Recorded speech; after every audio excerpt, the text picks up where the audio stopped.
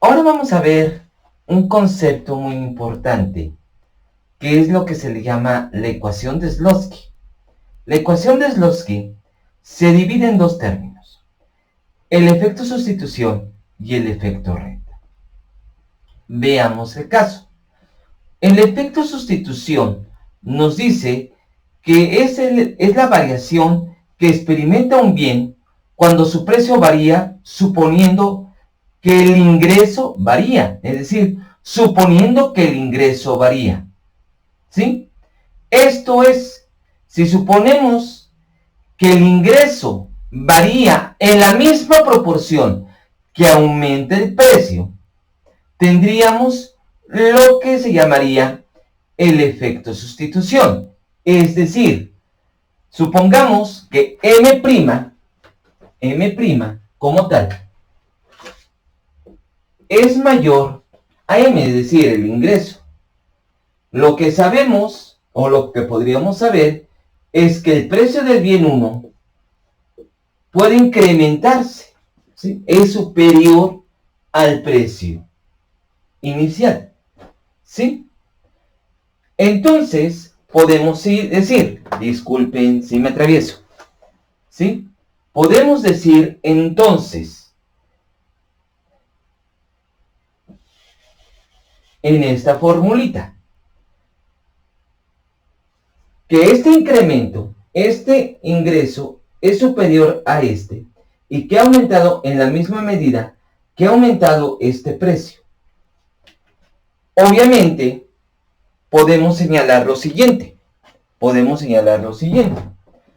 Si hacemos la resta como tal, M' menos M, P1' menos P1, que multiplica a X1 al fin de cuentas, y P2 sobre menos P2, o sea, esto al fin de cuentas sabemos que esto es 0, esto se va. Y esto nos está llevando a decir que, lo voy a poner acá, la variación en el nivel de ingreso es igual a la variación que existe en el precio por la cantidad del bien X1. ¿Sí? Esto prácticamente es lo que llamamos el efecto sustitución. En un término más formal, podríamos decir que la variación existente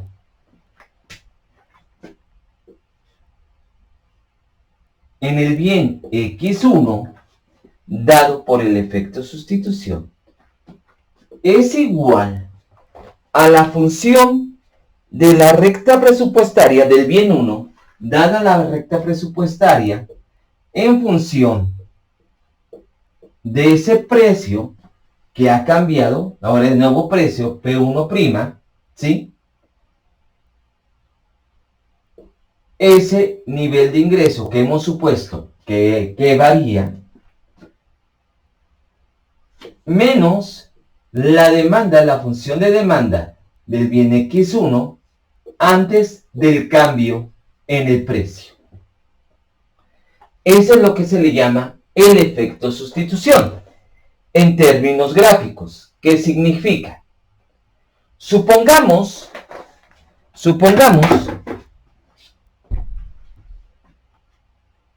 que un consumidor está consumiendo la cantidad X1, 0 de este bien 1. ¿Sí? Es decir, su consumo, su nivel de satisfacción, su nivel de elección óptima se encuentra en el punto A. Vamos a suponer que aumentó el precio del bien 1. Como ya hemos visto en clases anteriores, al aumentar el precio de un bien, obviamente hay un giro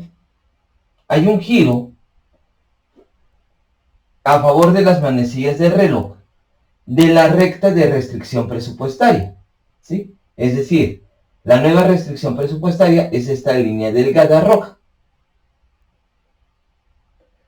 Esta nueva línea se va a ubicar en un nuevo punto de elección óptima en el en la curva de satisfacción. ¿Sí? ¿Qué es lo que está pasando? Lo que está pasando es que el ingreso realmente no ha cambiado. Y vean, lo que pasa aquí, el paso de A a B, significa que el consumidor no desea cambiar su nivel de satisfacción. Va a sustituir la compra del bien 1 por mayor compra del bien 2, es decir, pasar del punto A al punto B, de tal manera que busca el consumidor mantener su mismo nivel de satisfacción. Es decir, lo que hace es un giro. ¿Sí? Hace un giro. ¿Por qué? Porque el consumidor desea mantener su nivel de satisfacción, el nivel de satisfacción más alto posible. Es decir, al aumentar el precio del bien 1, el consumidor, su instinto, es aumentar el consumo del otro bien a medida que disminuye el consumo del bien que aumentó su precio. Es decir, el paso del punto A al punto B es lo que vamos a denominar como efecto sustitución. ¿Sí? Vamos a denotar el efecto de sustitución con este triangulito, con una S, un superíndice S, y vamos a remarcar el bien. Eso es lo que se le llama el efecto sustitución. Ahora vamos a ver cuál es el otro efecto.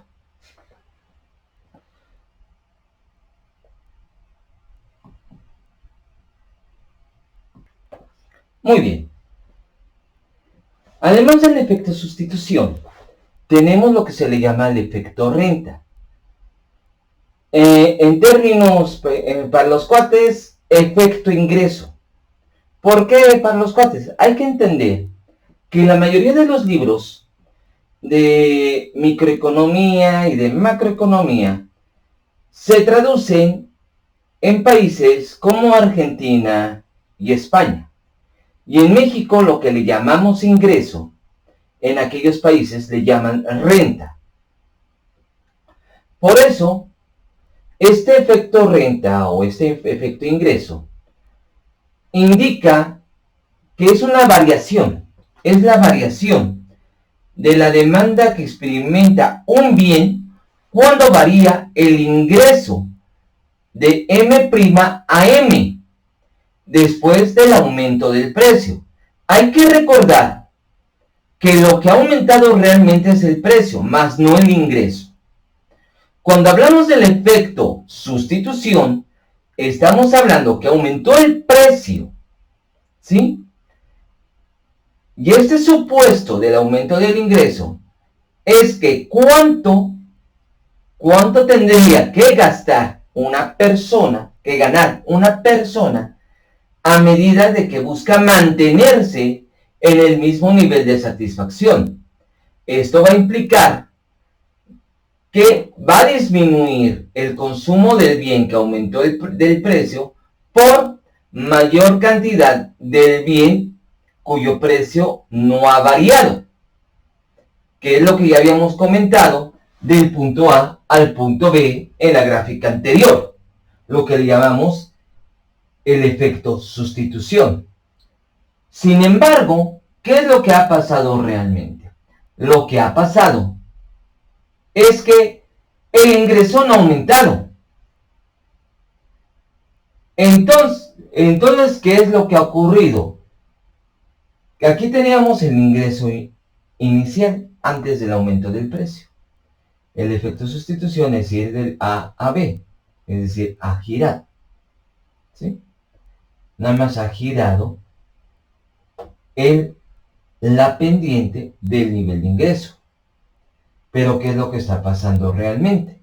Lo que está pasando es el efecto que ya habíamos comentado anteriormente en una clase anterior, cuando se le impone un impuesto a la cantidad. Es decir, se pasa del punto B al punto C. Realmente lo que está ocurriendo es pasar del punto A al punto C. Pero el efecto paso a paso es pasar del punto A al punto B, porque el consumidor desea mantener el nivel de satisfacción lo más posible. Sin embargo, no va a ser una realidad. Y entonces va a pasar del punto B al punto C, consumiendo, cayendo su ingreso del bien 1 hasta el punto que X1 doble prima. Por tanto, del paso del punto A al punto B es lo que llamamos el efecto sustitución. Y del punto B al punto C es lo que le llamamos el efecto renta. Vean que esta nueva pendiente es igual a la pendiente, esta nueva pendiente de la restricción presupuestaria, que parte de este mismo punto de la ordenada al origen, de la ordenada al origen, es igual esta pendiente a la pendiente de la línea roja. ¿Sí? Es el mismo. ¿Por qué? Porque esto teníamos anteriormente, disculpen, como pendiente de los precios P1, P2. Ya estoy obviando aquí el signo menos, pero ya sabemos que es el signo menos. ¿Sí? Y aquí, ya en la pendiente es P1' sobre P2. Y obviamente, esta pendiente de acá es igual a P1' sobre P sub 2. ¿Sí? Es lo mismo.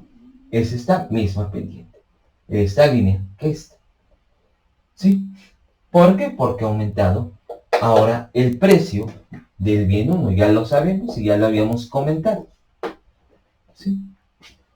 Ahora, ¿qué es la ecuación del Slotsky? Vamos a ver.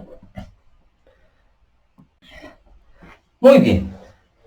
¿Y entonces qué es la ecuación de Slotsky? En términos matemáticos, es la suma del efecto sustitución más el efecto ingreso. Y entonces, ¿qué es? ¿Qué es como tal? ¿Cómo lo podemos definir en términos de humanos, de seres humanos normales? Pues en la ecuación de Slotsky mide la variación total de la demanda de un bien ante el cambio del precio. Y esto lo podemos medir en base al efecto sustitución, que es de nuestros gráficos desde el punto A al punto B, más el efecto ingreso, que es del punto B al punto C. En términos matemáticos, aquí tenemos la función de la demanda, P1', de que depende de P1' y M', es decir, suponiendo que ha variado el ingreso, que el ingreso ha variado de M a M' ante el aumento del precio P1 a P1', que es lo que llamamos todo esto el efecto sustitución, más el efecto renta, que es la variación como tal, y aquí disculpen que he tenido un error, ¿sí? De P1, de el error, aquí como tal, ya, cuando cambia el ingreso de M a M ante la variación del precio de P1 a P1', ¿sí? ¿Esto qué significa? Significa, antes que nada, esto es la definición que ya habíamos visto, definición matemática, del efecto ingreso o efecto renta. Veamos aquí.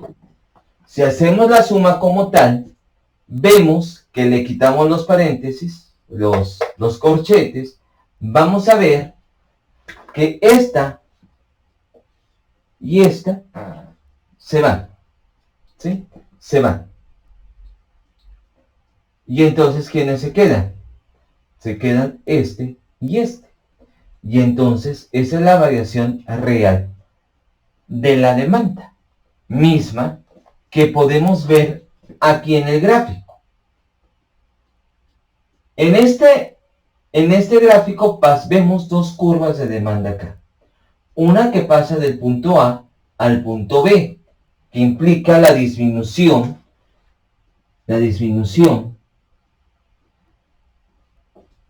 de la demanda de X10 a X1', ¿sí? Que es cuando se da el cambio del precio de P10 a P1', ¿sí? Aumenta el precio, disminuye la cantidad, ¿sí? ¿Y esto qué está implicando? ¿Sí? Esto que está implicando, disculpen si hago una pequeña variación, está implicando lo que le llamamos el efecto sustitución, ¿sí?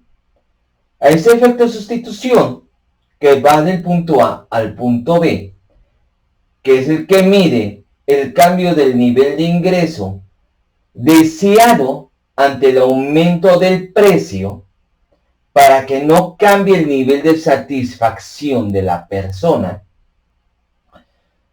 se arma una curva de demanda que le hemos puesto H, ¿sí?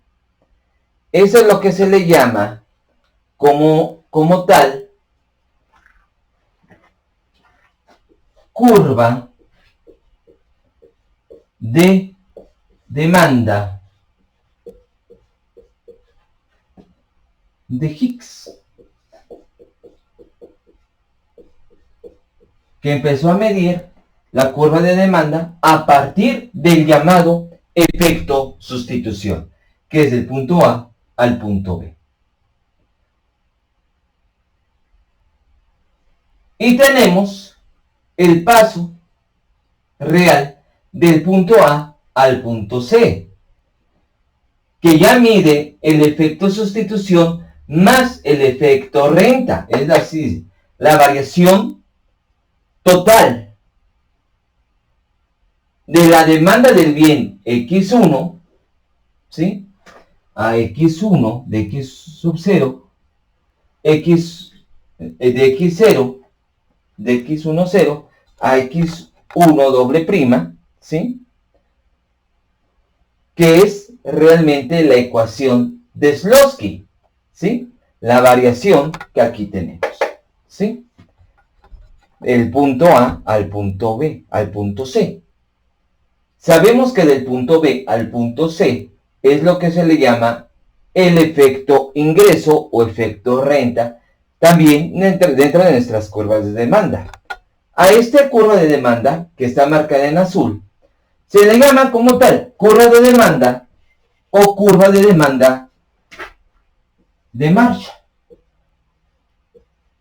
¿Sí?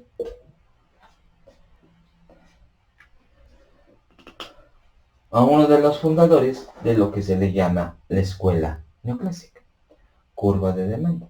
Algunos le llaman la curva de demanda neoclásica, pero por lo regular se le llama curva de demanda o curva de demanda de Marshall. ¿Sí? Esta línea azul, la que hemos marcado con la letra D. Por tanto, la línea roja es la curva de demanda de Hicks y la línea azul es la curva de demanda como tal. Vean ese cambio, ¿sí? Existente. Muy bien. Espero que haya quedado claro hasta ahorita lo que es la ecuación de Shlodsky. Véanlo, estudienlo, léanlo en los libros. Véanlo bien en el libro que les pasé de Teoría Microeconómica de Gurri Glaciar. Véanlo bien en el libro de Varia de Microeconomía Intermedia y véanlo en el libro que les pasé del Nicholson. Véanlo bien, analícenlo bien, revísenlo. Es muy importante que revisen este concepto. Ahora vamos a ver la curva de demanda de mercado. Muy bien. Supongamos que tenemos un mercado en la que hay dos individuos. El individuo A y el individuo B. Al precio de 0, el individuo A estaría demandando 4 unidades del bien. Al precio de 2, demandaría 3 unidades del bien. Al precio de 4, demandaría 2 unidades del bien. Al precio de 6, demandaría 1 unidad del bien. Y al precio de 8, no demandaría nada. ¿Sí? Esto lo vemos en esta curva de demanda del individuo A. Ahora bien, el individuo B,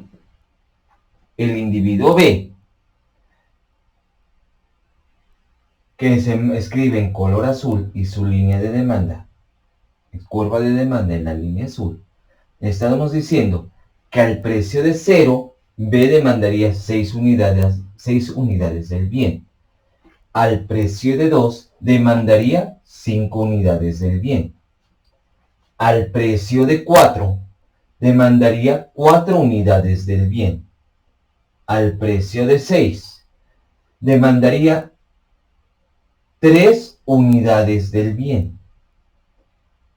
Y al precio de 8, demandaría 2 unidades del bien. Y aquí tenemos la línea del consumidor B. Vean en este caso que la pendiente de la curva de demanda de A y B no ha cambiado. Lo único que ha ocurrido es que ha aumentado el consumidor B, consume más en comparación a A. Esto puede verse por varios factores.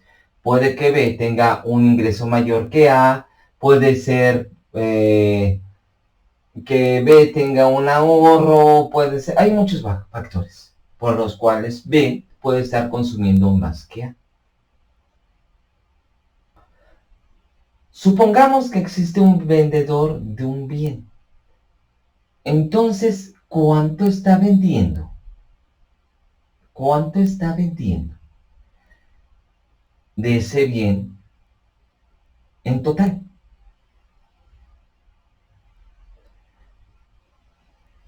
Este vendedor se da cuenta que al precio de 0, A demanda 4 unidades y B demanda 6 unidades. En este caso, estaría ofreciendo 10 unidades. Es un supuesto.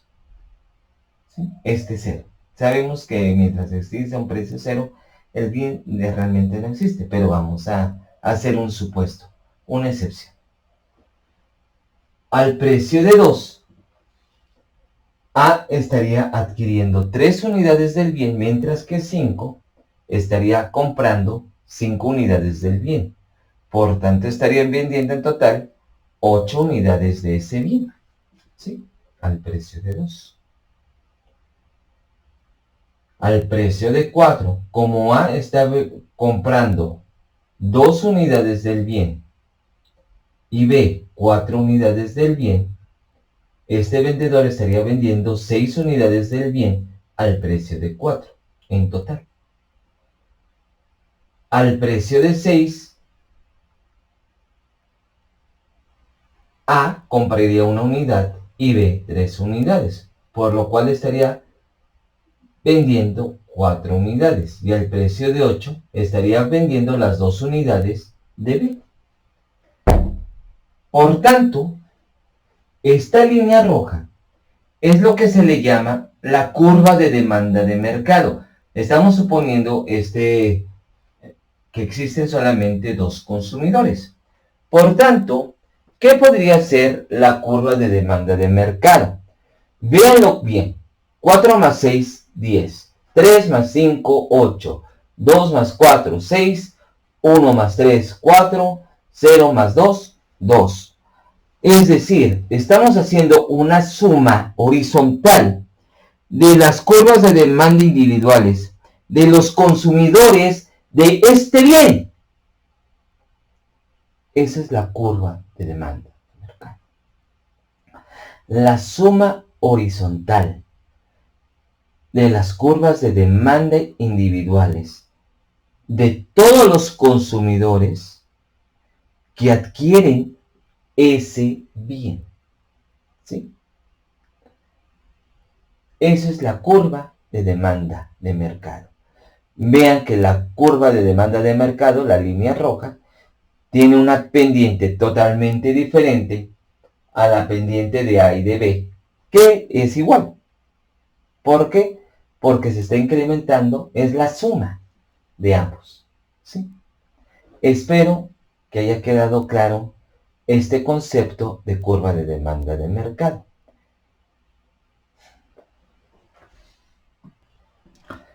Muy bien. Para finalizar la clase del día de hoy, tenemos dos conceptos de curvas de demanda. Principalmente esto se presenta en las curvas de demanda de mercado. Lo que se llama la curva de demanda perfectamente elástica. ¿Qué es una curva de demanda perfectamente elástica? Es cuando el cambio en el precio, sin importar su proporción, le va a corresponder una variación realmente grande de la cantidad que se demanda. Por eso es que tiene esa forma horizontal, esa línea horizontal. Esta forma de la curva de demanda nos dice que la cantidad que se está demandando tiende a esta cantidad grandísima ante cualquier variación de su precio. Por eso es que tiende a esa situación. Por otro lado, por el sentido contrario, tenemos la curva de demanda perfectamente inelástica. Es decir, se habla de demanda perfectamente inelástica cuando el cambio en el precio, ¿sí?, sin importar en qué magnitud o en qué cantidad o el tamaño de la variación de ese precio, no está provocando ninguna variación en la cantidad demandada. ¿Sí? Por eso es que tiene esta forma vertical. ¿Ok? Tiene esta forma vertical. Por eso aquí vemos que aquí determinamos un precio, vamos a llamarle precio 1, y aquí cantidad X1. No varía, no hay más. No hay más. ¿Sí? Espero que haya quedado totalmente claro estos conceptos, todos los conceptos que hemos visto el día de hoy. Vamos a ver, y les invito a que vayan leyendo para la octava clase. Para la octava clase, los conceptos de elección intertemporal, la elección ocio-ingreso y lo que se le llama la elección bajo incertidumbre. Esto es básico tanto para economistas como para financieros, ¿sí? Estos tres conceptos de elección intertemporal, la elección ocio-ingreso y la elección bajo incertidumbre, espero que podamos llegar hasta ese concepto de elección bajo incertidumbre, pero váyanlo leyendo, váyanlo ya checando, ¿sí? Me despido enviando un cordial saludo a todos ustedes. Recuerden